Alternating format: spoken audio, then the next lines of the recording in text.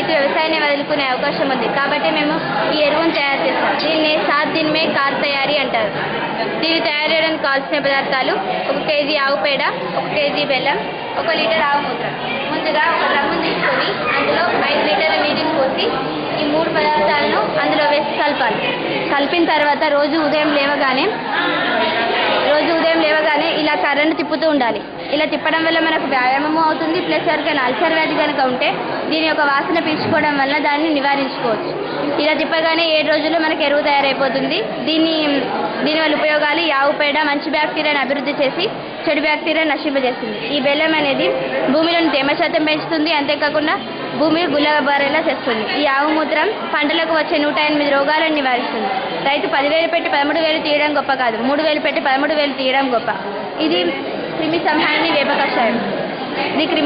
వేప కషాయం.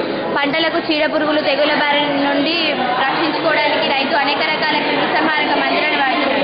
అయితే వాటిని వాడటం వలన వాతావరణము కాలుష్యం అవుతుంది. ప్లస్ మనకు లభించే ఆహారం కూడా విషపూరితమైపోతుంది. కాబట్టి అలా కాకుండా ఉండాలని మేమే ఈ ఎరువును తయారు చేస్తాం. దీన్నే వేప కషాయం అంటారు. దీనికి కావాల్సిన పదార్థాలు 1 కేజీ వేపాకులు, 250 గ్రాముల పచ్చిమిర్చి, 250 గ్రాముల వెల్లుల్లి. ముందుగా ఈ పచ్చిమిర్చిని వెల్లుల్లిని గ్రైండ్ చేసుకోవాలి. తర్వాత ఒక కుండను తీసుకొని ఈ పచ్చిమిర్చి వెల్లుల్లిని గ్రైండ్ చేసిన మిశ్రమాన్ని మరియు వేపాకులను వేసి ఉడికించాలి.